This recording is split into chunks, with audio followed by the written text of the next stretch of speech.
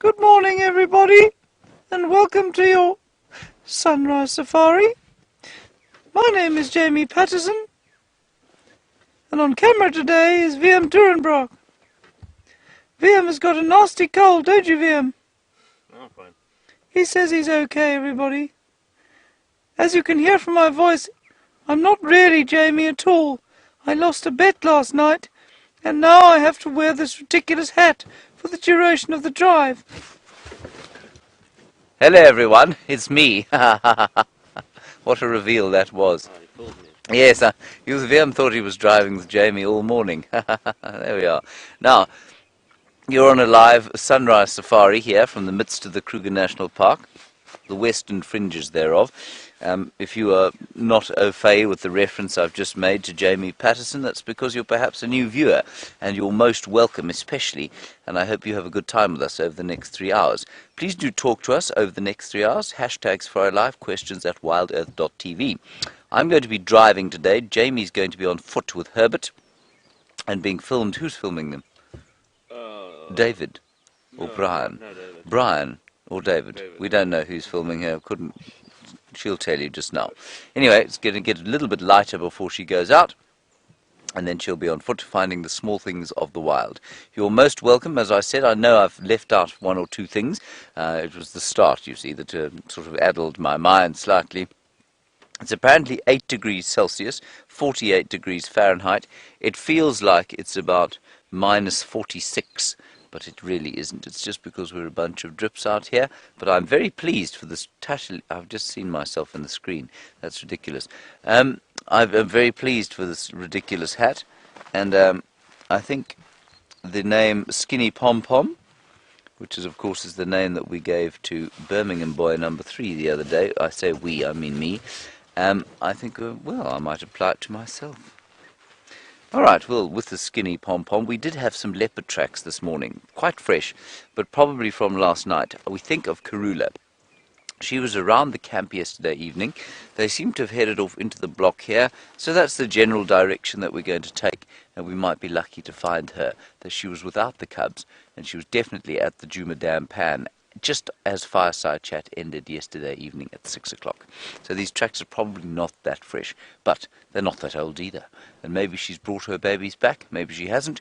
We're also going to drive down the western fringes of Djuma to see if we can't pick up Shadow and Zara, her little baby cub. Now, let's just... There's a little black bird on the top of that tree. And if I'm not deeply mistaken, just super zoom in. Ah, no, nothing unusual there. A fork-tailed drongo. I was mistaken. I'm not going to tell you what I thought it was. Okay, on we go. Let's just be quiet for 10 seconds. Just listen to the silence of this morning.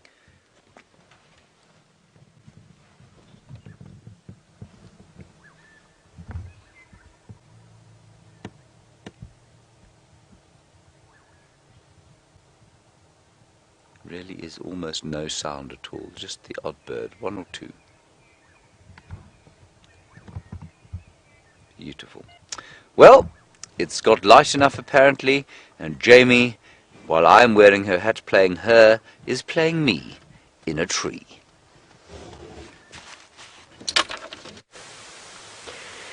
Good morning, good morning.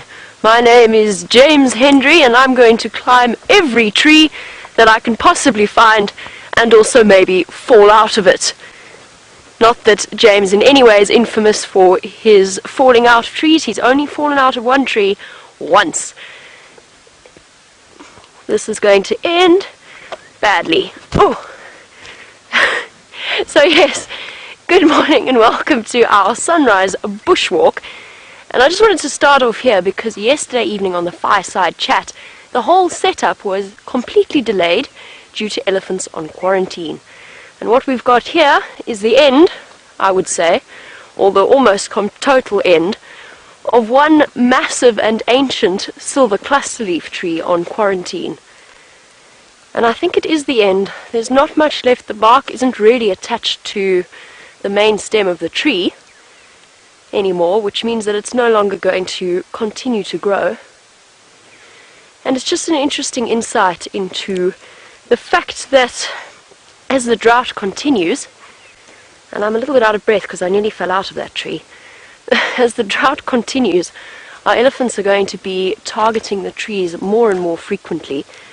And quarantine could actually, depending on how long this drought actually lasts, quarantine could be a very, very different place. When we stopped here, Herbert took this branch that had been left behind by the elephants, and Herbert, of course, is always accompanying us. He stripped away the bark, and he's made the most awesome thing. Let me show you. So the elephants obviously made use of this before I do. There you go. Chewed up by the herd that was wandering around here. Look what Herbert made me. Got a bracelet. How cool is that? And he did that in about 5 minutes. Absolutely awesome. He's also been telling me about what you could do with silver cluster leaf leaves as we wander around here. Most of you know that if I were to offer Brian one of these now, he definitely wouldn't be taking it. No, he's not going down that road again. I'm not going to chew on it because I know what happens, and it's too early in the morning for having a dry mouth syndrome. Very, very high in tannins. Now, we've spoken before about the fact that you can chew them and swallow them if you have an upset stomach or if you've got diarrhea. It might help to sort things out a little bit. But Herbert tells me there's actually another use for the silver cluster leaf, and that's why it's named the silver cluster leaf, because of this amazing, almost light grey-green colour. Apparently what you do, if you are bitten by a snake, heaven forbid, what you do is you take the leaves and you crush them up a little bit and you stick them on the snake bite itself, and apparently it helps to suck out the venom before you go for actual treatment. Obviously don't use this and not go to a hospital, but it is one of those traditional cures that has a lot of value to it, because if it's capable of, I'm not going to chew the whole thing, it's really revolting and it's too early in the morning, but if it's capable of doing this and taking away my saliva, then perhaps there is a dehydrating effect that it has around a snake bite. So an interesting little use of the silver cluster leaf that the elephants have been munching on. It's interesting that they've been eating it, because so James has found tracks for Karula. Herbert and I were just talking about what we might do. I think James probably told you that on our way back from Fireside, her right outside the final control. Those of you watching the Djuma camera at the same time, it's so cold, you would have known that there was a leopard while we were chat. She went and sort of wandered around the lodge. So what I think we're going to do is Herbert's probably, if he can't get hold of James on the Game Drive channel, and we will ask him where those tracks are, and maybe we can help him follow up. And while we do that, let's go back over to Mr. Hendry and the pom-pom on his head.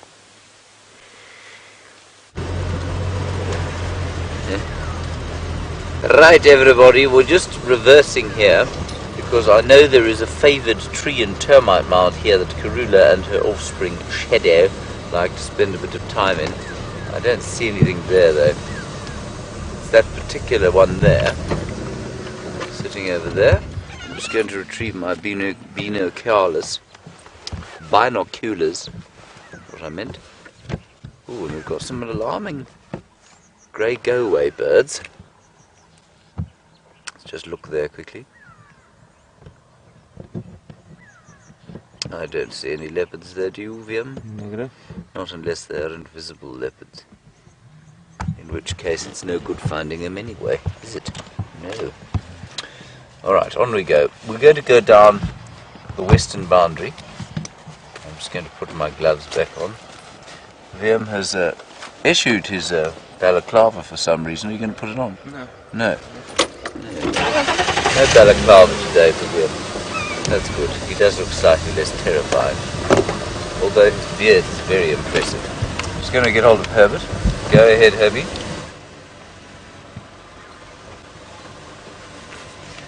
Herbie, we had tracks on Zoe's Road halfway to the Balanites tree. They headed off in I think in a westerly direction, but I could be wrong.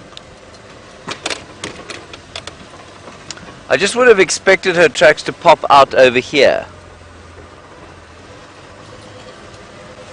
But I may be wrong.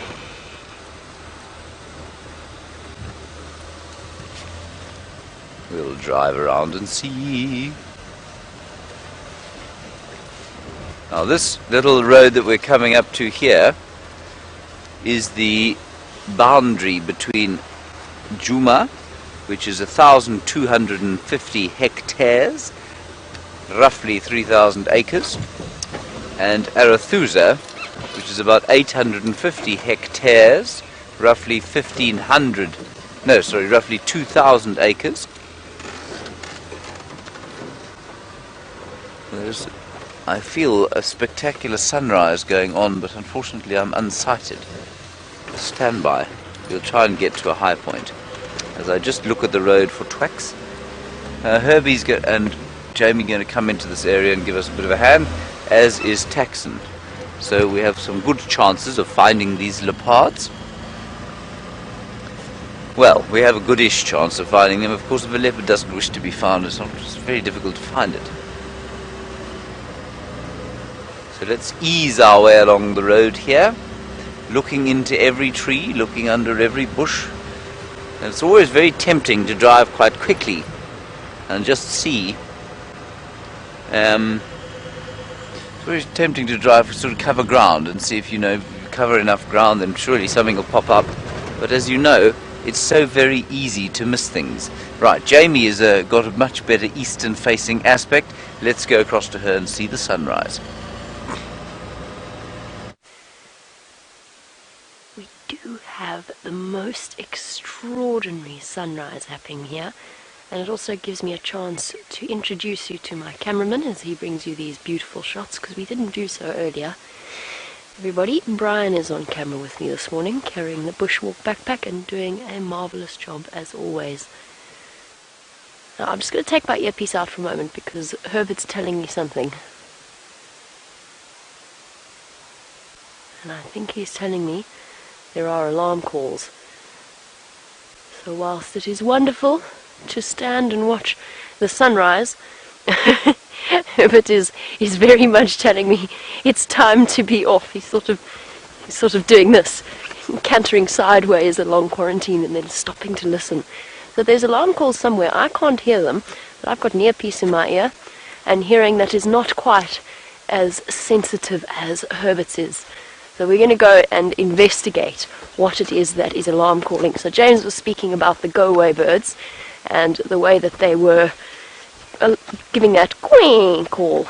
I'm just going to find out from Herbert. It's in exactly the right direction to be. It could be anything. It could be the lions that we heard calling last night. It could be Karula. It could be Tingana, because we haven't seen him in a very long time.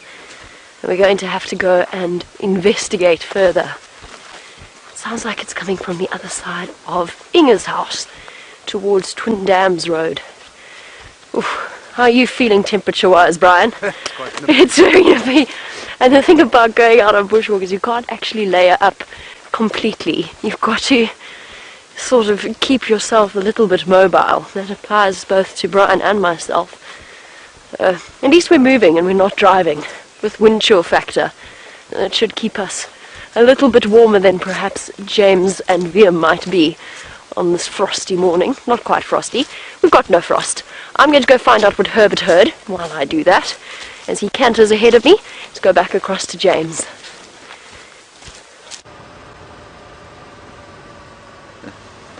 Cantering Herbert.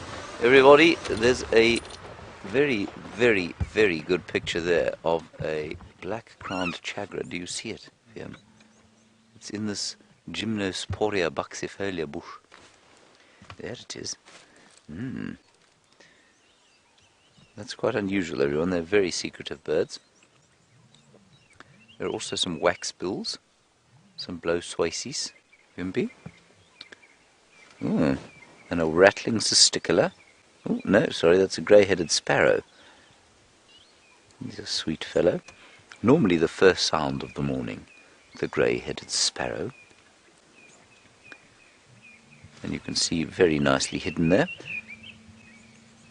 You can hear a robin calling. There's a blue waxbill, looking around for seeds, ideally, but we'll take anything at this stage of the day. What else have we got? You can hear the waxbills going some drongos, and some parrots calling. Well spotted, Wiem. There's another bird. That's the chagra again. That's like a shrike, everybody. Chagra is very much is a shrike. Ooh, and an emerald spotted wood dove. It's all happening here. There was this great plethora of animals yesterday during the competition, which I lost, which is why I'm now wearing this hat. There's the grey-headed sparrow. You can see it looks like a sparrow, Wiem, with a grey head. You see that? That's why it's called a grey-headed sparrow. I'm surprised the ornithologists haven't got it into their heads to call it something else ridiculous. That's a particularly obvious name. And just on the top there, hopping about. Is that another drongo? And it is not a drongo, everybody. It's a southern black tit. Just try and see what he's eating, because he too is an insect eater by choice. But very few insects they're going to find now. I suppose they'd also eat those spiders. You know how many little spiders we found in the grass, in amongst the inflorescences, in amongst the trees like this? I guess these birds must be scrounging around for the last of those spiders. And you're going to have to scrounge for some time. That's a really good return, bird-wise. Just look behind us to see if a leopard hasn't walked out. No. Ooh, and look at that.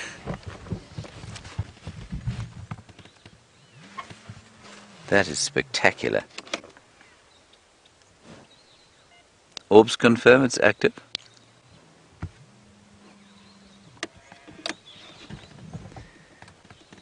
So I was just asking Aubrey there, he's been to the hyena den, and apparently the female, the mother of the two little ones is there. No little ones at the moment. We might pop across there earlier. I just think they're quite nice prospects at the moment for potential leopard babies. So let's try that first, and then we'll go across to the hyena den a little bit later. What a glorious morning, very chilly. And Joey in Australia, you say that sparrow was number 116 on your list. Well, I'm very glad, Joey. I'm glad that the humble sparrow has added to your joy of the day. Certainly added to mine. Humble sparrow that it is. And we'll also try and get an update from the Arathusa groups.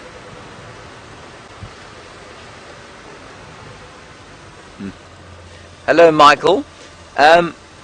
You are loving, or you say you love the sound of the woodland kingfisher and the sound that it makes. It goes, chip-brrr, and you say, where are they? Why are you not hearing them? They're migratory birds, Michael. They're not just silent. They're not here at this stage of the year. They leave around the end of April, beginning of May, and they go off towards the central parts of Africa. Sort of just sub-Saharan Africa, around the Sahel and those regions there. And that's where they reside for the winter time. Morning. He, of course, has just seen this pom-pom on the top of my head and thought, what an idiot. I don't blame him. I would probably think the same thing. Now, we're going to just nip into Arathusa quickly and see if we can't pick up Shadow's tracks, and then we're going to come back around onto Djuma. Liam, what are you looking so fervently for? My one hand is freezing. Your one hand is freezing. I'm not surprised. It's not warm out here, everybody, but that's one of the reasons we're having such a glorious, glorious sunrise. There is a dove, a humble dove. As I was telling you yesterday, I've managed to clock a humble dove doing not 170, just 70 kilometers an hour. Now there's another bird in here, Vimpy. I think it was a firefinch. There. Just in front there's that piltiforum or weeping wattle. Ooh, and there, that's a better one. Yeah. No. It's there somewhere. There it is. To the right. It flew to the right, it's there on the dead bits. It's a very hoppy bird. This is serious camera work challenge, everyone. It's a firefinch. Here's another one. They're all over the place here. They just don't sit still for more than 3.5 seconds. Oh, that's a crombeck, everybody. Long-billed crombeck.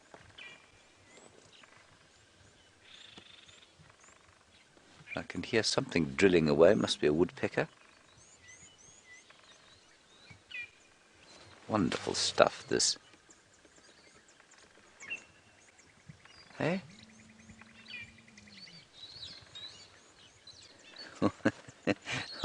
There, firefinch! Yes! Now, which firefinch was it, Vim? I don't know which one that was. We get 3, the Jamisons, the red-billed, and the African. I think. That's what they are. There we go. That is brilliant. That is almost impossible. What Vim is achieving now, everyone, is completely impossible. Blue-billed firefinch, that is. See the top of its beak? Very kind of, well, blue. Dark navy. Very cool.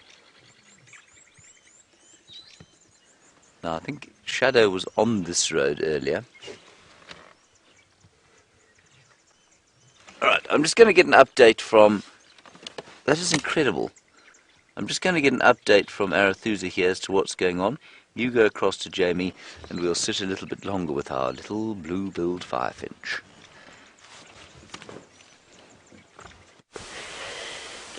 I've taken a brief opportunity to stop and try and bask in the sun. We've been following the alarm calls with Herbert, which unfortunately have led us straight towards the Mawati river system. What that means is we've gone from the crest of quarantine downhill towards the Mawati, and it just gets colder with every single step we take. And we're trying to stop and warm up every now and again, although it's trying to choose between stopping in the sun and keep moving to try and keep warm.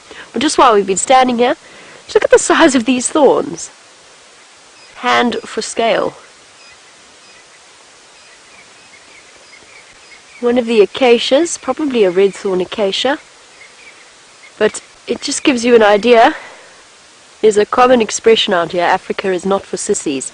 This is a nice little example of why it's not. Everything out of defense mechanism against, and the fascinating thing, of course, is that it doesn't really work, does it? We see a giraffe and elephant feeding off these trees all the time. I certainly wouldn't want to, because it's not really about your lips and your mouth, even though that's reinforced. But imagine sticking... Oh, no, I get the shivers just thinking about it. But imagine going near it with your eye. And that, of course, is why everything out here has such lovely eyelashes. From elephants to giraffe to the different antelope species. It's a really good way of protecting the eye as soon as it risks coming into contact with a thorn like this. Let's continue on. I'm sorry, Brian. We think it might... Yes, I spoke to Herbert, and we've got really good news, is that... Remember how we saw the mating pair with the lactating lioness? Well, she left tracks all over Gowrie Cutline, which is where we saw them, including tracks of the little ones playing in the road, and her tracks coming in and out of that drainage line. So she's around there somewhere. She is in that drainage line, hiding those little babies, and that is such an exciting prospect. I don't think we're going to go wandering in there. It's an interesting experience, encountering a denning lioness. I don't think she'd be terribly impressed with us. But we do want to sort of do a little circuit of the area, see if we can't figure out, because we think that she might be the reason, oh my goodness, behind the alarm calls. The temperature just dropped about 5 degrees. Cold air, of course, sinks and hot air rises. And we seem to have a problem here with cold air sinking. Oof.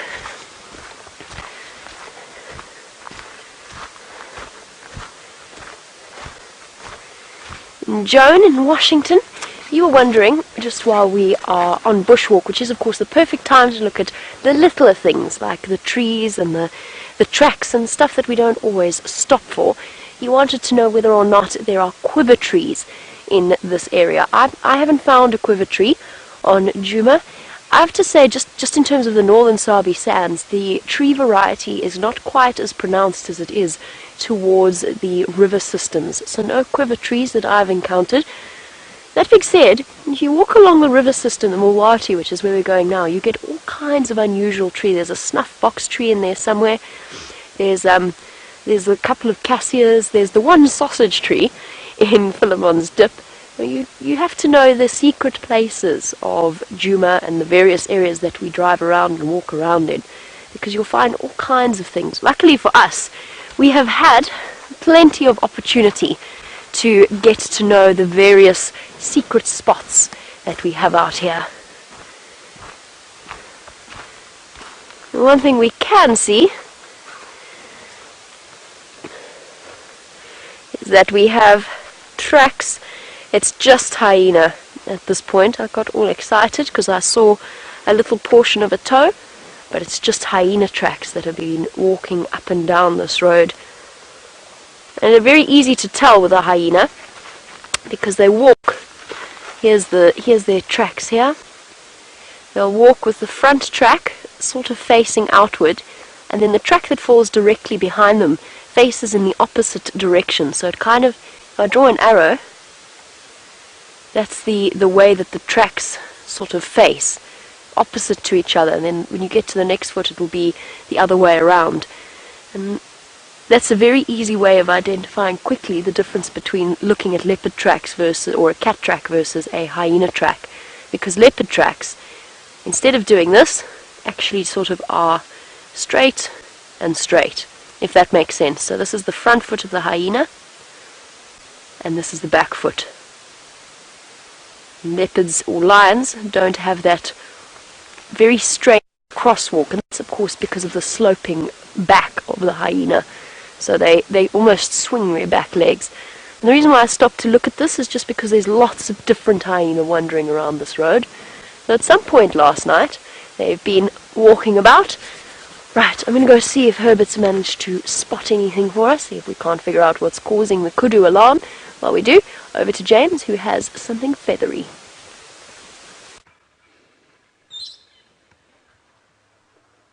We're having some amazing bird sightings here, everybody. There is a grey go-away bird, and there is a green pigeon there, an African green pigeon. This is around about where Shadow was yesterday, so we're going to have a look through here. Just to keep you posted, Sindile has been found. Everyone, not where we can go and view him. I think he's on Elephant Plains as far as I can work out, but he's got a kill, so he's doing very well. He's absolutely fine. That's a bit of a relief, to be honest, because of course we didn't know what was going to happen to him after his collar stopped pinging. Now VMP, also in here, a number of parrots. You can hear them calling. There's one right here. It's one of the closest parrot sightings I've ever had. There. Look at that. Isn't that awesome?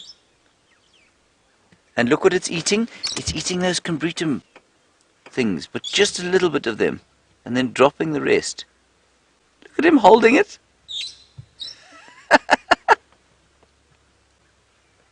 That is epic. I hate using that word, but in this case I absolutely have to agree that that's what it is. This is incredible, everyone. This is really incredible. He's eating combretum seeds.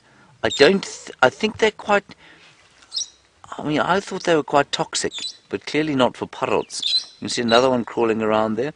You can hear their metallic call.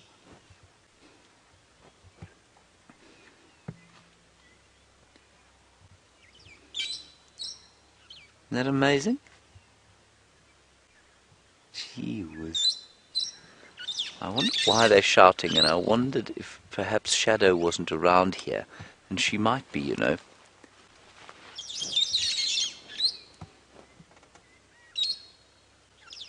This is so nice. This is really incredible. Zoe, you want to know what Viam's favourite bird is? Viam doesn't have any favourite birds. He doesn't like birds. I got a favourite bird. I'm obviously joking. Viam, what's your favourite bird? Go-away bird. The go-away bird. Really? Yes. Of all the birds out here, the go-away bird is your favourite? Absolutely. Not these parrots? But that grey drab thing that goes quack. Now you're discriminating against birds. Yes, I am. It's absolutely correct. And I shall continue to do so. That's the best parrot sighting there's ever been, everyone. Parrot. Brown-headed parrot.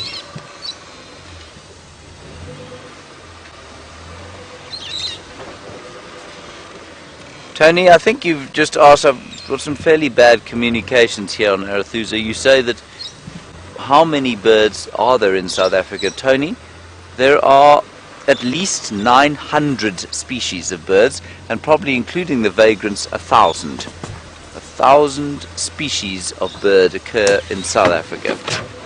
I think that's pretty impressive for a little country like ours.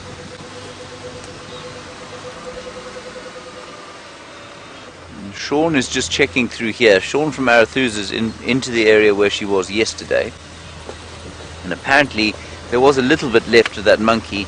I suspect quite strongly that they would have moved off during the course of the night. But let's find out and see. I don't see any tracks on the road here.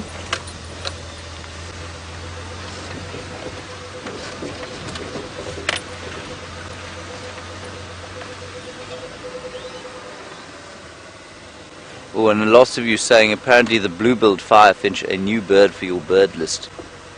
That's good stuff. I'm very glad. It's a difficult one to get on camera. I mean, we see them relatively commonly, but to get them on camera is not easy. Luckily, we have Dorenbraak with us. Without his balaclava. That's why he's so quick today, you see.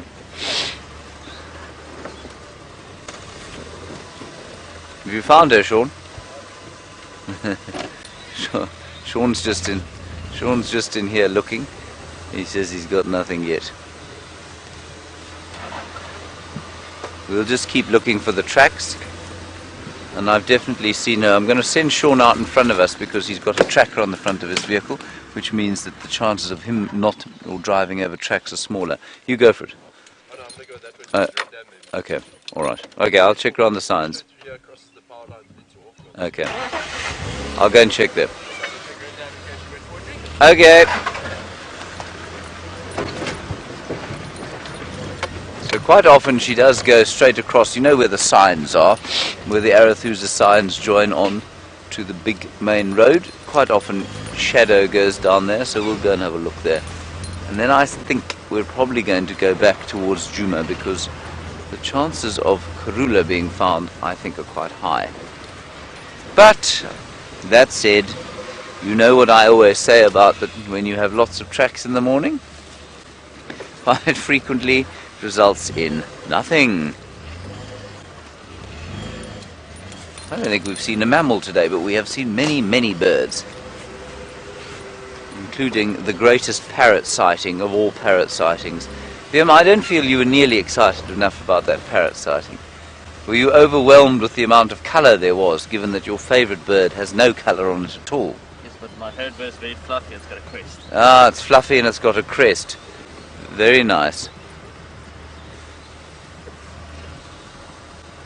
I also like the babblers. I also like the babblers. You also like babblers, because you're not much of a babbler yourself. Nope. Right.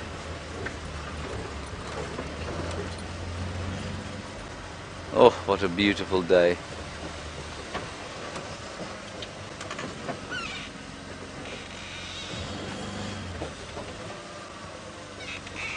Aqua, a nice question from you. We're just going to listen here quickly.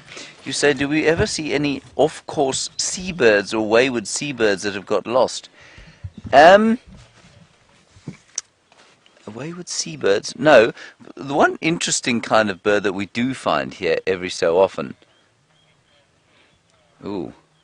We might have to head off to Cheetah Plains. It sounds like quarantine's there. The radio is going crazy in my ear, everyone, so I'm just going to keep listening. The interesting thing is that the one seabird, well, that I thought was a seabird, is something called a grey-headed gull that you find on the Highveld. You find them flying all over the place there, and it really is very odd to see a gull, but I thought they were wayward. They're not. They actually occur off here. I've never seen a wayward seabird here. You do sometimes get pelicans and that sort of thing which come up in very wet years. They'll fly through this sort of area. But I don't think I've ever seen an albatross knocking around the Kruger National Park. I've no doubt you'll find that there have been gulls and terns and that sort of thing that have been found in this area. There are also reports of cheetahs on Cheetah Plains, well, on Nkoro at the moment. We'll just keep an ear out for the radio. I don't see any shadow tracks here at all, and I don't think she's around here. I think she may well have done what Sean said and gone up towards Red Dam. In the meantime, however, let's go across to Jamie and get an update from her.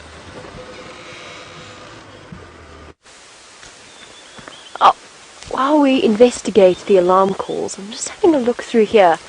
I'm looking for something that I saw a couple of weeks ago. It might even be a couple of months ago now. But somewhere in this patch of bush, and we just go a little bit ahead to make sure that there's nothing waiting to ambush us.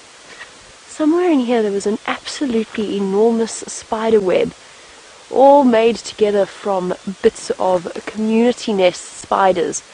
Yeah, this was it. This was where it was. This is exactly where it was. And now, very sadly, it has been completely destroyed. This is all that is left of it. Almost like a skeleton of the spider web. The spider web, when I first found it, was as tall as I was and about 3 times as wide. And now there's just patches of it absolutely everywhere. And that probably was because elephants walked through here, or one of the other large animals. This is all spots where it was. And lots of exoskeletons in this nest. And that's because the spiders, amazing little creatures, the community nest spiders, they live all together in a group, kind of, not quite like termites, I don't think that's a fair description, but it's pretty unusual for something like a spider to be a social creature. And look here, it's even extended, I go around here, even used to extend at least, all the way up into this branch here. And it's incredibly strong. I mean, I'm exerting quite a lot of pressure here. And it's still, I mean, I could break it, I can break it. But it's that phenomenal tensile strength. Oh, look how it's stretched. Of a spider web.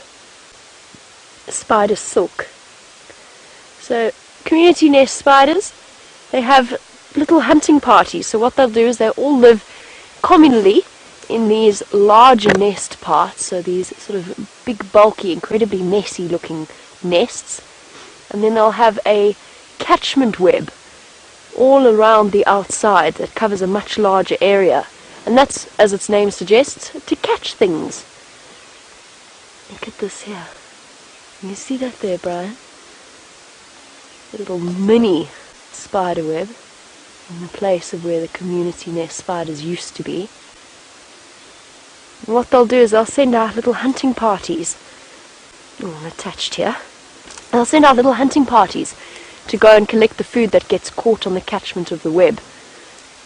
And I think this is now a completely deceased one.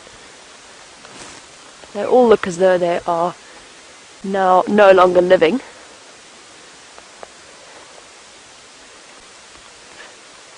Except for this one. This one's got a completely different look. It's covered in fresh silk around the outside. And that's basically, the spiders have gone dormant for the winter, or relatively dormant for the winter.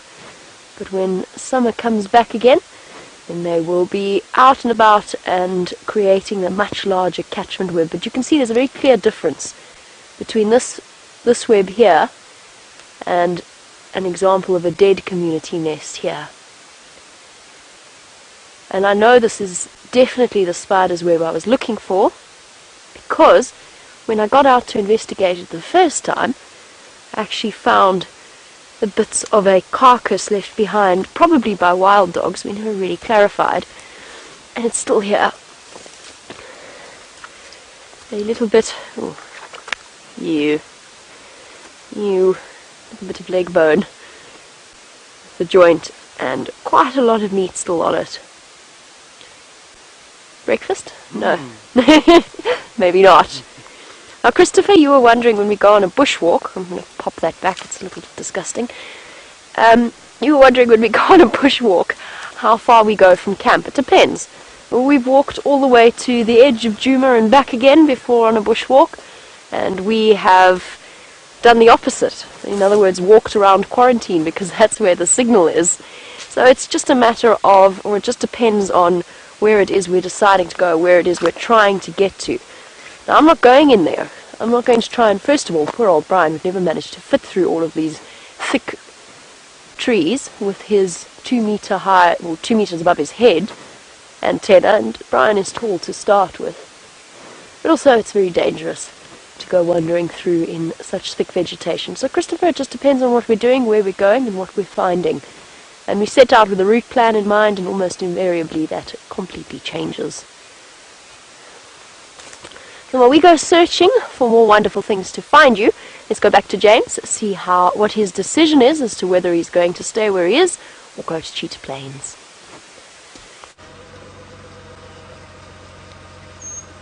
I ain't found nothing yet. Wimpy, look outside. Have you seen any leopard tracks? No. No, sorry. No leopard tracks, everybody. We're going to do one little loopy through here, and then we're going to head back towards Djuma. And maybe we'll eventually go to Cheetah Plains. There's so many options, it's difficult to decide.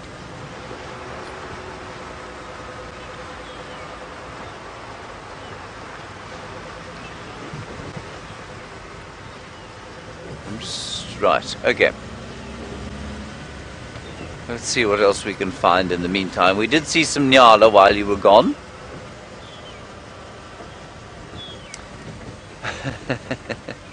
Zoe, you say, has it ever been too cold for a drive in the history of Wild Earth? Zoe, many times it's been too cold for a drive, but unfortunately, you know, our masters are such that we can't possibly say to them, we're not going on drive. There's another nice bird up there. It's a magpie shrike. Lots of them singing beautifully as the sunlight hits their faces. So Zoe, that's a bit of a facetious answer. No, you know what, it never actually gets that cold. We just complain bitterly. What a magnificent picture that is. Isn't that amazing? I think that's just amazing. That has to stick its throat out. It's a different call. Wonderful stuff. So Zoe, no, not ever cold enough. The coldest temperature we had last year was 4 degrees. That's about as cold as it will ever get out here. I have once experienced 0 degrees in this area. And that's 37 or 32 degrees Fahrenheit. I've forgotten exactly. And that's not too bad at all. And then it warms up always as the sun comes up. It does start to warm slowly, and you drive slowly, and it's just really not that terrifyingly cold in this area. But certainly it's been too hot to take a drive on 2 or 3 occasions, and we had one occasion where I had a slight collapse during the heat. And Jamie then went out. She was going to do a solo drive. Oh, there's a very large animal there. Can you see it? It's a grey thing over there. Huge elephant. And Jamie went out for 20 minutes, and the camera gave a heat warning. And Jamie took the opportunity to come back in. That was in December. So hot, yes, it can get too hot for drive. Too cold? No, not really. We complained for effect. But I've got to tell you, this is the first year of my life that I've ever been grateful for winter. Every other year I've ever experienced, I've loved the summer. This year was so unpleasantly hot with so little rain. It's a very nice picture of an elephant's bottom, Vim. Part of an animal, beautiful. Every part of an animal is beautiful from VM. That's another one of VM's classic one-liners, everyone. There are some more just in front of us, so let's go and have a look at them. There seems to be a herd.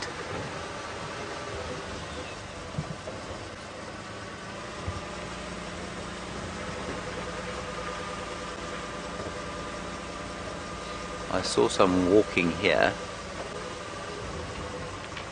There. I can hear it now.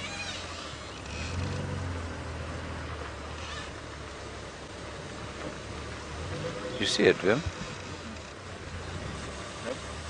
Rest are. There's a road just up ahead, everyone. Let me go around there.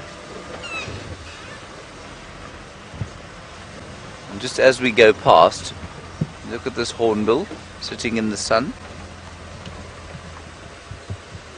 I'm not going to stop because he'll fly off, and he looks so very comfortable there. He flew off anyway.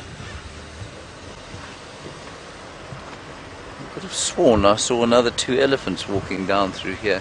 There's a road over here we'll take.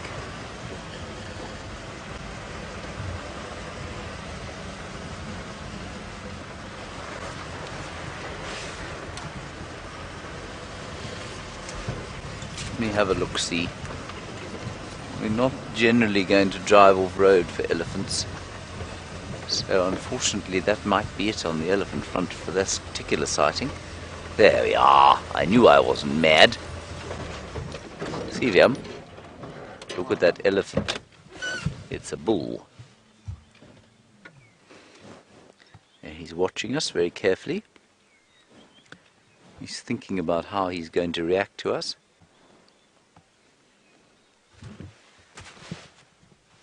And it's so pleasant now sitting quietly in the sun watching an elephant. That's the way to be.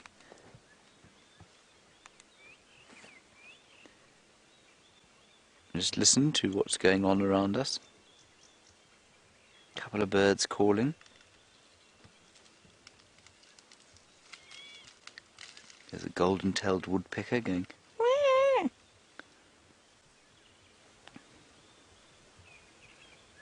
And 1 or 2 francolins yelling. Yeah, it's just rather nice.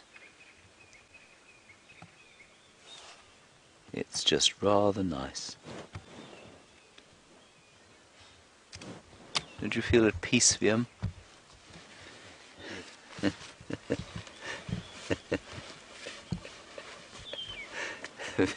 Viam says yes, he does feel a slight sense of peace. Viam was always at peace, of course. That's probably about a 25-year-old elephant bull. Not a very old one.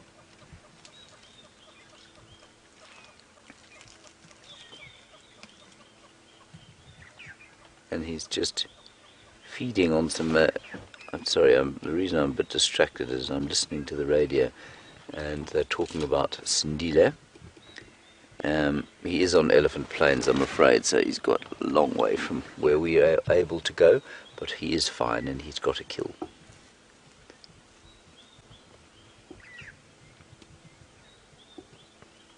And I think it's quite interesting, you know, he does have that collar on him. It hasn't fallen off yet. And what's interesting, I think, is that people are reticent to take their guests there because of that collar around his neck. You know, they don't want to show their guests a leopard with a collar on it. I think that's quite interesting. I don't blame them.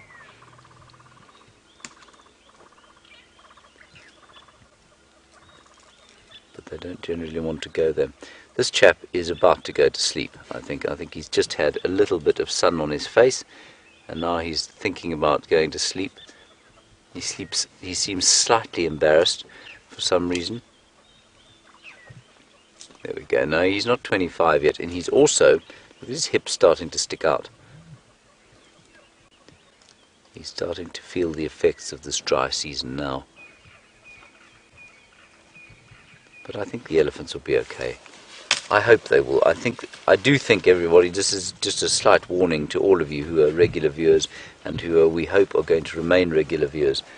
I think that once we hit August and September, if we don't have water, I think there are going to be 1 or 2 fairly trying times where we look at animals and think, oh, That must be a terrible suffering. And while we go through that, let's just bear in mind that the animals out here for many millennia have survived these droughts and things. And we also had a wonderful example of the resilience of animals the other day. We had that, Jamie and you, had an incredible sighting of that newborn buffalo calf with a mother who seemed to be in great distress. It seemed like she was going to die. And everyone thought it was so sad and so awful and she was going to die. Went back there in the afternoon and she'd moved off with the calf. We didn't see the calf again, but if she'd died, we definitely would have seen that, and we would have seen her being eaten. And if she'd died close by, we would have seen vultures coming down, we would have found her. So, the animals out here are so resilient, and they're so able to cope with what looks like the most awful suffering. And it'll be well that we all bear that in mind as we go towards the drought season, because there are going to be lots of queries about, can we not help, should we not help, is it not a good idea to put salt licks out, maybe we should even take the decision to euthanize animals. We just let things, the less intervention we have as human beings, I reckon, the better it will be for the animals of this area. But there are going to be some painful times for some. Let us go ahead. My head's getting quite toasty warm now, Viam.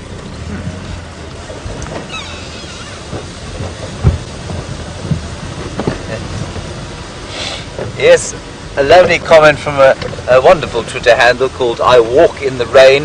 And I Walk in the Rain, you say that baby elephant that we saw yesterday was a heart stealer. You say it stole your heart.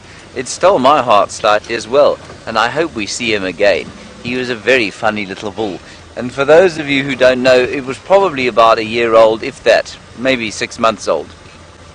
And he came charging at the car, and his mother was not far, she was about 20 meters away, 60 or 70 feet, and she just kind of watched out of the side of her eye as this little boy came charging at the car. Then he'd stopped, and then he buried his face in the sand, and then he charged up again with that ridiculous look that they have.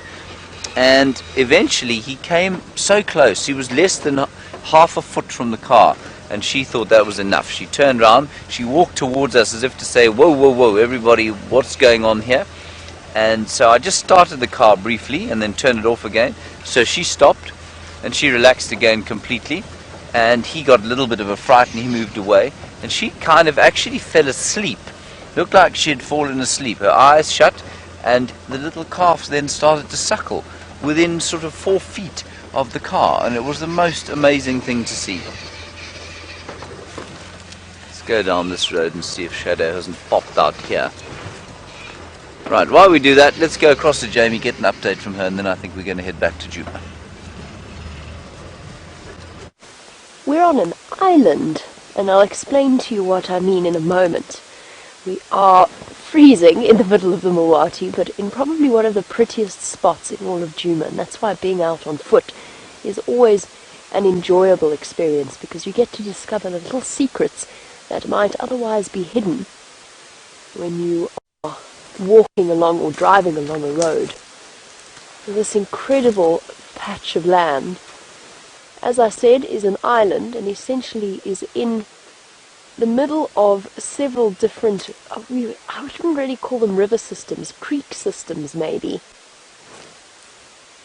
We are in a place that has been built up through years and years of water flowing through it. In a moment we'll go down a little bit and I'll show you exactly how it is that it all works. But we're basically at a confluence of several different creek systems or drainage line systems, and it's created an island for us to sit on.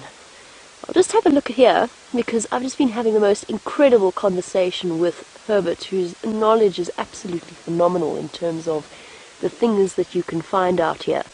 Now, we all know wild asparagus, or most of us know wild asparagus. We often talk about it because we often see the elephants feeding on it. They really, really enjoy it. And so this is one of the few actually remaining wild asparagus plants that I've seen on Djuma. But now apparently Herbert tells me about a ritualistic use of the wild asparagus that I had absolutely no idea was. So it's essentially used to prevent flooding, stop rain. So we won't be using it anytime soon, obviously, us being right in the middle of a drought. But apparently it has to be the last born child in the family. Presumably, chances are the last born son, but the last born child will take it. Everyone will go, the rest of the family will go into the house, away from the rain, and they will take the wild asparagus and essentially move in and out of the entrance to the house, or the gate, with sort of using words to say, "Stop the rain." Isn't that absolutely incredible? Herbert tells me it's a Shangaan and a Sotho cultural belief, but it probably extends much further into South Africa as well. Right, let me see if I can... Legs dead now. Everything's so cold that nothing really works.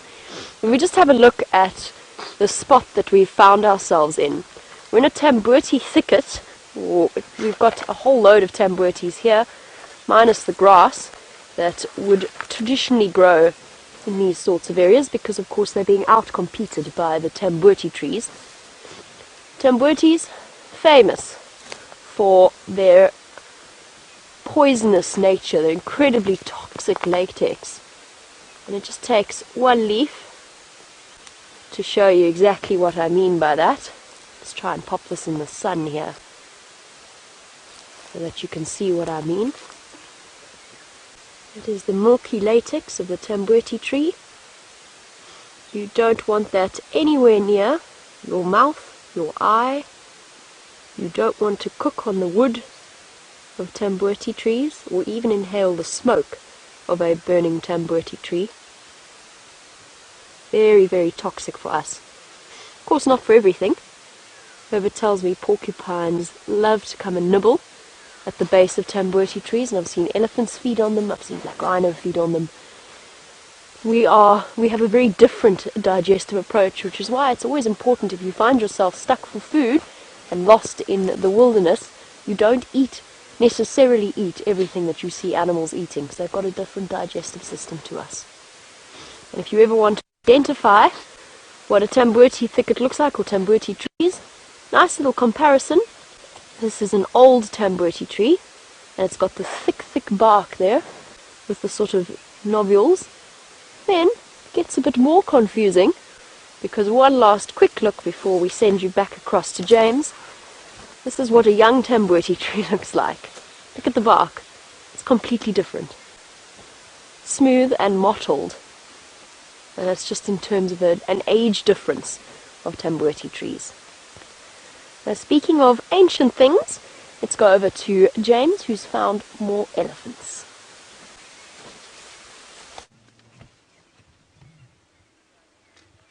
Oh, I wish you'd been here just 3 seconds earlier, everybody. These duiker were having the most tremendous fight. Bashing into each other, shooting up and down. There they go.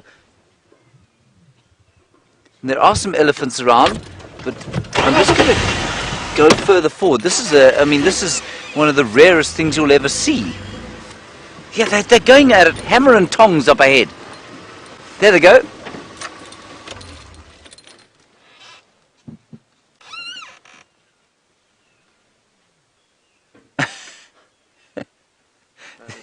Did you get a shot of them? That was unbelievable. They shot up into the air. Okay, so I'm glad you got the first little shot there. Anyway, they were very cross with each other, and they made the elephants a little bit cross.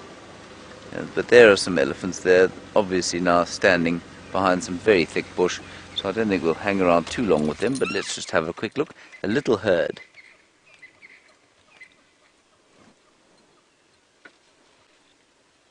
And there seems to be some kind of fairly heavy industrial activity going on at Arathusa.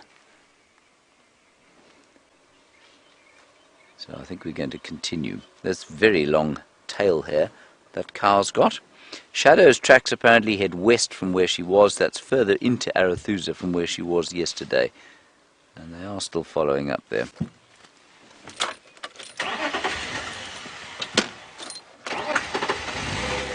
Alright, on we go.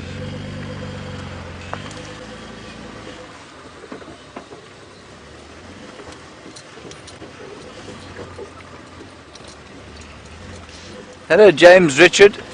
A nice question from you about the difference between duiker and steenbok, and do they have different adaptations that set them apart from other animals?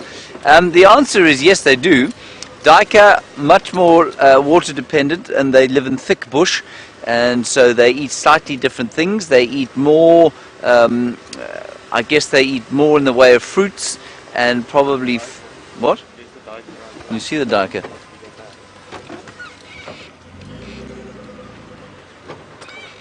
I'll get back to you now. Well spotted. Say when, Vimpy. Is he gone again?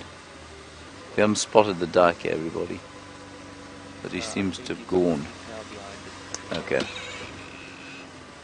Should I keep going? So James, they like thick bush, they're water dependent, they're largely browsers. A steenbok is much more desert adapted, much more adapted to drier conditions, and you'll find them more in the open, not so much in the thick bush. They hide much more in the open than the duiker do, and I think you'll find that they eat probably slightly different things.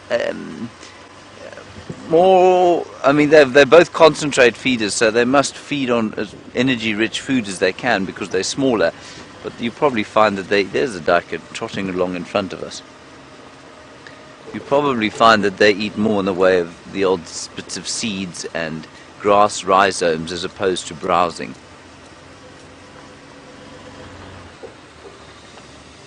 There's the duiker there.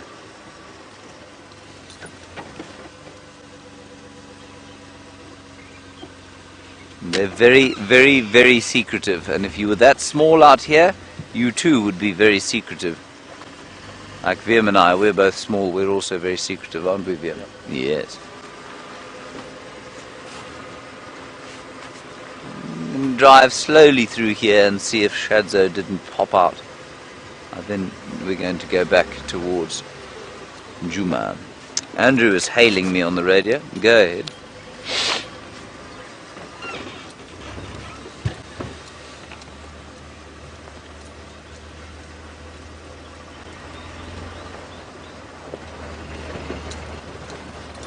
Copy, thanks, Andrew. Is he on a kill? Talking about quarantine with Andrew, everyone.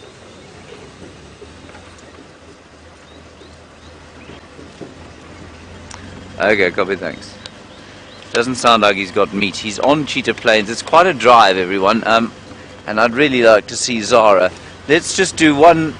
We're going to pull out of Arathusa now, as soon as we can. But we'll just do a little bit of a drive around here, and then maybe we'll go towards Cheetah Plains and see if we can see quarantine. Might be quite fun, don't you think, Viam? I just very much. I haven't met Zara yet, everyone. The rest of the crew, Jamie especially, scandalized that I have named all these young leopards after the British royal family, just because I think the names fit quite nicely.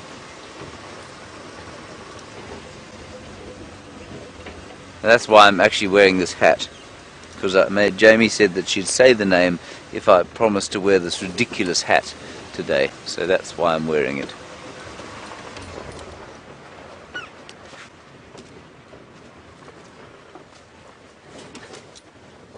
Now, here is Sean's vehicle, and unfortunately what's happened here is that Sean's guests have said horrible things to him, and so he's left them in the wilderness alone. And what will happen to them? Well, it's anyone's guess. We're going to go around them. In fact, let's go, I think we'll carry on round. Try not to get stuck in the hole here. Anyway, let's go across to Jamie, get an update from her. You can ask her about this hat. What are you? What do you want to talk about? I'm looking at all of these spider webs. We've left the Mawati drainage line because it's really cold in there, and we found ourselves a really nice patch of sun. And we're just going to have a look at some of the spider webs that are shining around us. Oh, The cold is making my nose run. Brian's just sneezed about 10 times. See if we can't find... Where is it now? Just saw one. Just saw a really nice example of a tent web, but it just goes to show it's easy when you've got the sun behind you, but a bit more tricky when it disappears. Where did it go? Promise you there was a spider web here that I really wanted to show you. There's a spider on you. Oh yes, there is.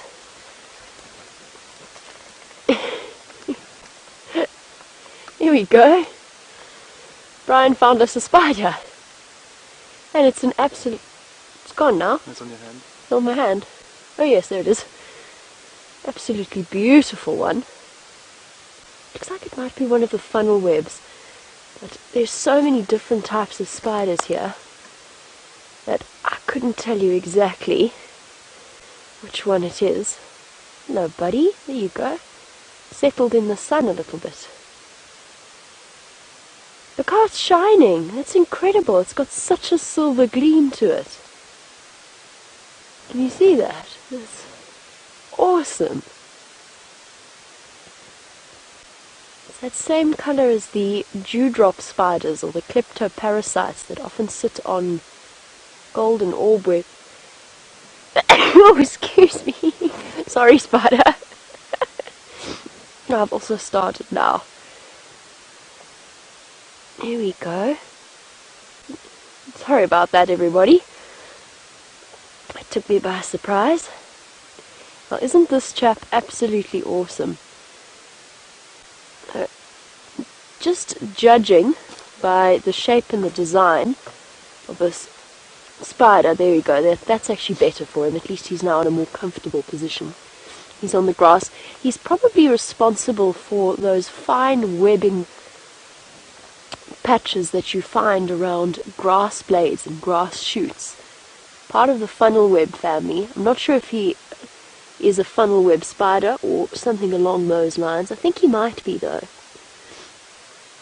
Very, very small, what's known as chelicera, or chelicera, the jaws that spiders have, and very long. There's a noticeable size difference in his two front legs on either side versus the two back legs. The front legs are much, much larger. Now how he found himself on Brian was probably we were just wandering through and we accidentally disturbed him. But either way, it was a very lucky find. Well done, Brian. Oh, goodness. Awesome. I really wanted to find you that tent spider that I saw from the other side. Bear with me a moment.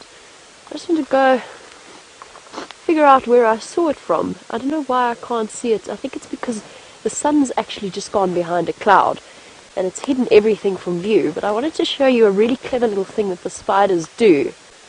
But I think I have to go back around to see exactly where it was because it was catching the light so perfectly. Where was it? Sorry, Brian. Oh, there it is. Okay, I do see it now. And I remember why I went all the way around, and that's because to get to it is a buffalo thorn nightmare at present. After all of that, we might have to go all the way around. I'm looking at that spider web that's at the back, and it's got some really, really clever architecture. And that's what makes it so extraordinary, and it's amazing. I cannot see it from the other side at all.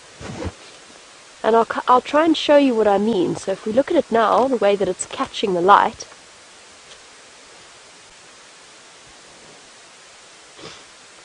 you've got that really clear bundle of web debris at the top, and that is to stop things like us and elephants and birds, well, probably not elephants, but mainly birds, from blundering in and actually breaking up the web. So it's kind of a little clever thing that the spider has done to stop it from its web from being broken and to stop it having to rebuild it all once again. And it's basically all of the rubble from the web, the rubbish, the exoskeletons, all wrapped up in a bag of silk. And we won't be able to get closer to it this way, because this is a veritable barrier of very, very sharp thorns. The wachabiki tree will live up to its name if we try and get through here. What we'll try and do, now that I've memorized where it is, and we've had this extraordinary view, is I'm going to try and go around and just have a look. How awesome does that look? Well done, Brian. That's extraordinary.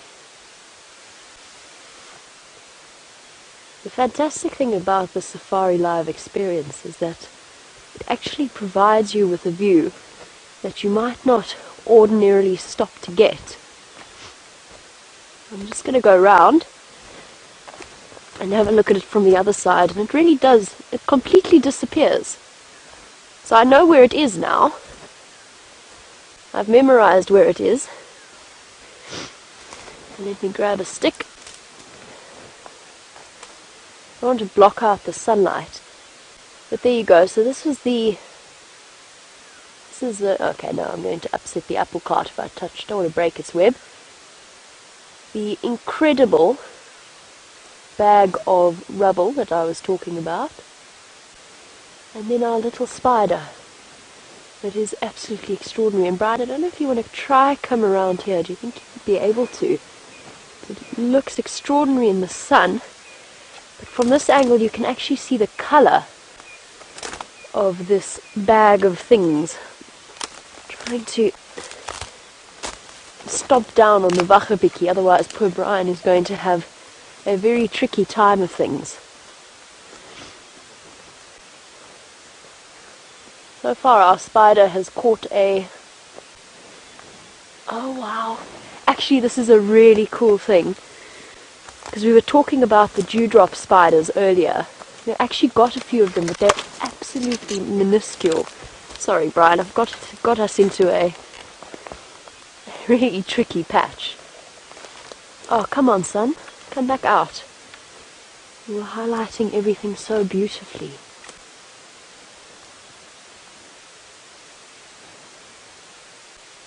There's actually... So we've got the... Ow. I'm attached to a tree now.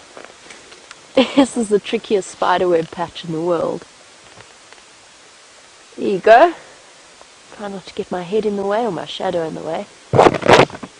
There's all of that sort of collection of web rubbish. The silk balls and bags. And there is our proud spider sitting underneath it. Now the other thing I wanted to show you, and I don't know if we're going to be able to, is this spider has acquired what we were talking about earlier, which is dewdrop spiders. Tiny, tiny little kleptoparasites that look like drops of mercury. And I don't really... There's one over there. I don't want to in any way damage the web in trying to show you them. But they're my favourite spider. If I had to choose a favourite spider, it would be the little dewdrops. The little kleptoparasites. Ooh, there's lots of elephants around. I can hear them moving out in the distance. I'm just going to try and have a listen to where they are before I get too distracted by the spiders. Beautiful. Thank you, Brian, for managing to negotiate the buffalo thorns. I'm going to go find out what those elephants are up to, make sure they're not sneaking up on us. While we do, back to James, find out what he's doing.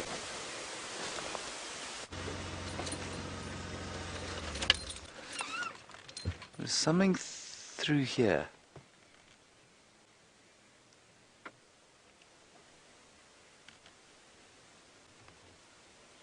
I don't know what it was, but it wasn't a leopard, I don't think.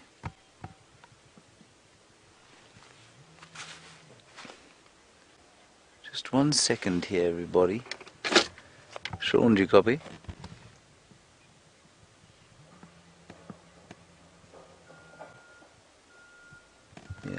No, nothing through there. That's kind of exactly what VM's doing there, is what I'm trying to do myself. To sort of focus in through the dapples here.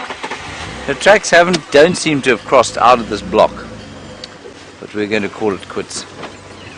I know I've said that a few times, but I keep thinking, one more loop, maybe we'll be lucky. We haven't been lucky at all. Oh well. It's a bit cloudy now, just over the sun, and that's making it a little cooler, amazingly. Just that little bit of cloud shading us from the sun has made things a bit cooler.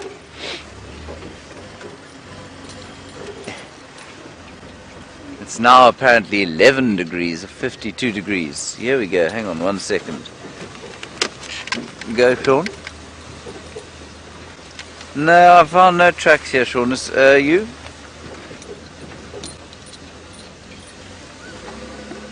No. So apparently her tracks are heading down there in that drainage line. Okay, copy, Sean.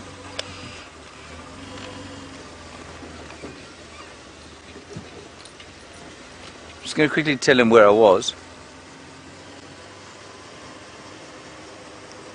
Yeah, no, it's actually impossible to operate on the radio this morning. There are just far, far too many people. So let's see what else we can show you that is of great interest. Like a diker fighting with another diker.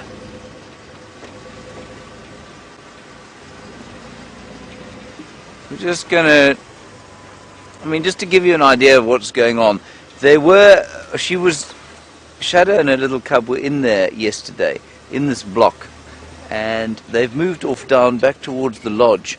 I didn't see any tracks on the road there. It's not impossible that she could have crossed them, but you know what it's like. She could be easily in and around here, and, well, almost impossible to see.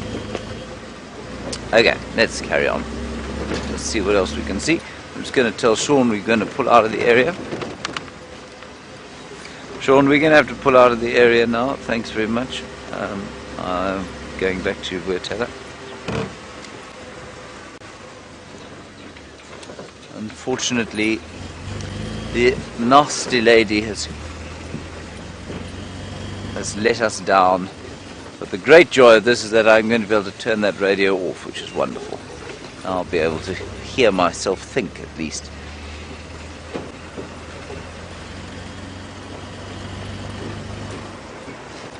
Then I think we shall go to Cheetah Plains, everyone, if you'd like to see Quarantine. Would you like to see Quarantine, Viam? Absolutely. Yes, I bet you would. This is where we saw the elephants a little bit earlier. We've done sort of a full loop around here. No sign of Shadow and Zara. It's a typical situation here where we had so much option in the morning, didn't really know where to go. Christopher in Arizona, you want to know if we'll ever do a walk on Cheetah Plains. It's a good question. The answer is no, because the bushwalk backpack won't function over there. So, in theory we could set it up to do it there, but that's not our arrangement with them. So, no, we won't be doing any walks on Cheetah Plains, but that's largely... There's a kudu in here. There are a few kudu in here. Just go forward, and they look like they're a little bit nervous. There they are. Beautiful shot of a baby kudu. Isn't that nice? Let's just sit here for a little while and enjoy.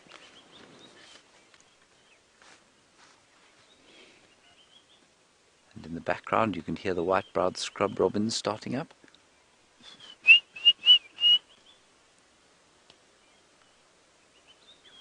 You can see how carefully they're walking under the bush there. They're nervous all the time. What's in there? What can they hear? What can they see? And if they saw Shadow, they'd go, huh. And you know what? There's an impala running towards them. An impala female. I don't know why she's hanging around them. Bless you. Bless you, Viam. I see you lost a bit of focus there as you sneezed. sneeze with your eyes open. No, it's difficult to sneeze with your eyes open.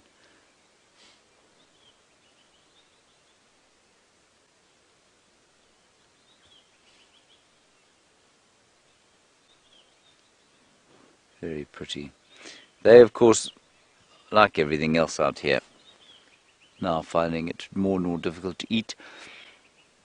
And they'll be eating lots and lots of dry things, dry leaves and dry pods if they can find them. But I think they're maintaining condition rather well. They don't look like their hips are showing, and so whatever they're finding to eat, it is sustaining them sufficiently. Alrighty, that was nice of him. We found an animal. Soon, everyone, I'm going to have to take this silly hat off my head. Starting to feel very silly. Every time I look at the monitor, I see this skinny pom-pom.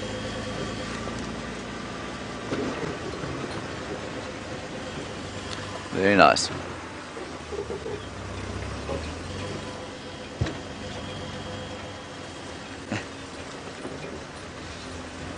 Hello, Yvonne. You say that I've done something to this pom-pom and it doesn't look as sleek and smooth as it does on Jamie.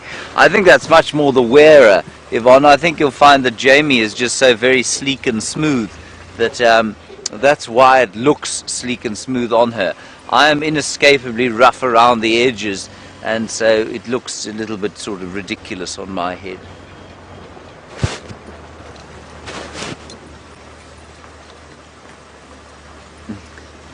It is, in fact, Kirsten's hat, as far as I'm aware, and she thinks it looks wonderful. Thank you, Kirsten. That's very kind.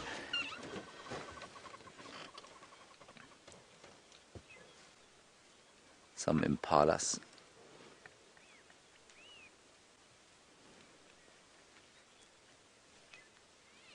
There we go. Young impala, young female. Probably not pregnant, into her sort of second year. I think it's probably time to take off this silly hat and just have the one beanie on.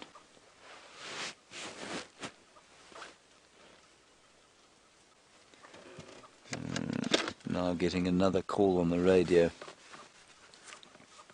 I don't know who's calling me. Last station, who are you calling? Go ahead.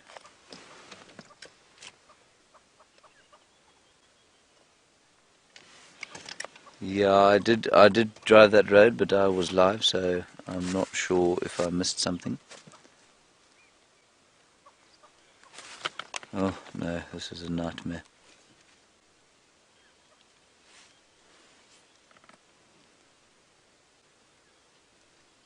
This is just I'll tell you what's going on now, everybody. Copy, confirm you've got the tracks there at the tree. Okay, and no animal. I will tell you exactly what's going on. Copy, thanks very much. I might come back there. Sean's tracker, everyone, has found tracks of Shadow, and she's quite close by to where we were driving. So I'm just going to give her some consideration as to whether we should go there or not. Otherwise, let's go back to Jamie and get an update there.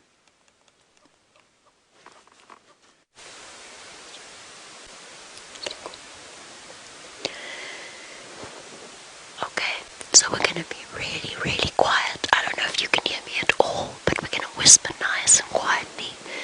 And that's because we're about probably 50 or so yards away from an elephant bull that at the moment has no idea that we're here. And hopefully he's going to keep moving into the gap in front of us.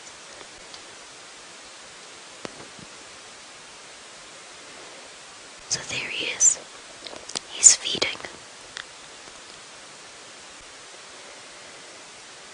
But we've got plenty of cover around us, and the wind is perfectly in our favor.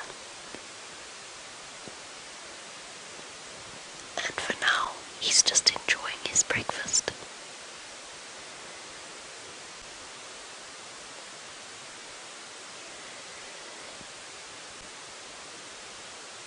from what I can see of him, looks like a big elephant bull. Probably one of the older ones that we've been seeing over the last few weeks. And I'm hoping he's going to continue on his mission south, because it'll give us the perfect opportunity to see him.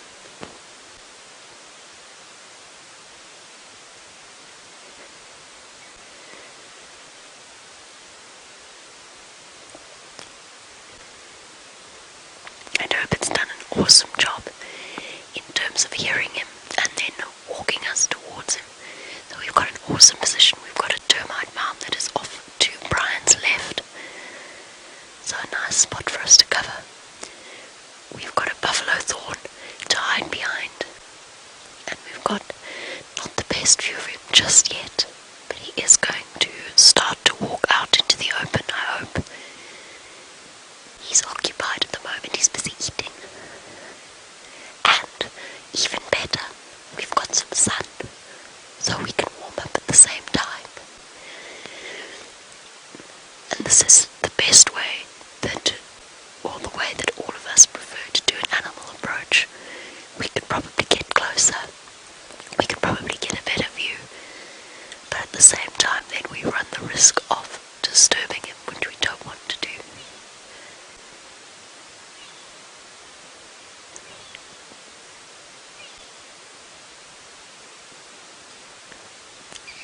Just a really nice, peaceful way to spend a Tuesday morning. Tuesday.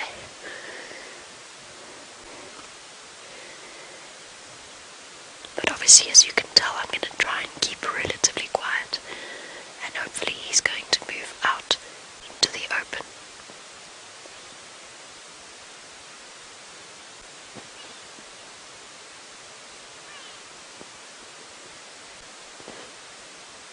Awesome.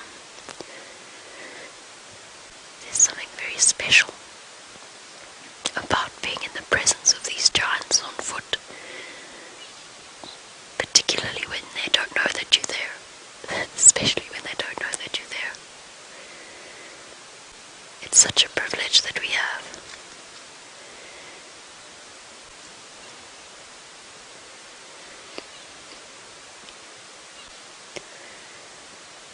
And of course the go-away birds shouting all around us. Viam's favourite bird.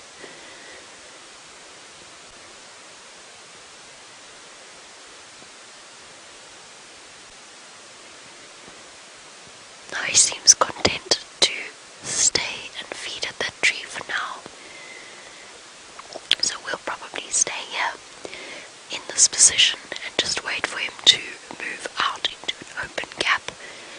The very important thing with something like this is to not outstay your welcome.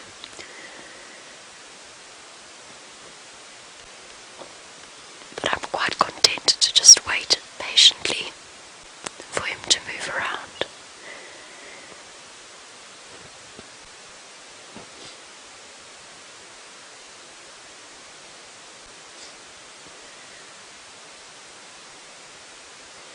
It even gives me an opportunity to stand in the sun and warm up.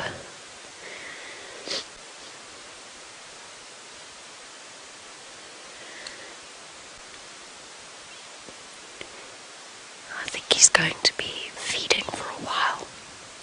He's obviously discovered a tree that he's enjoying.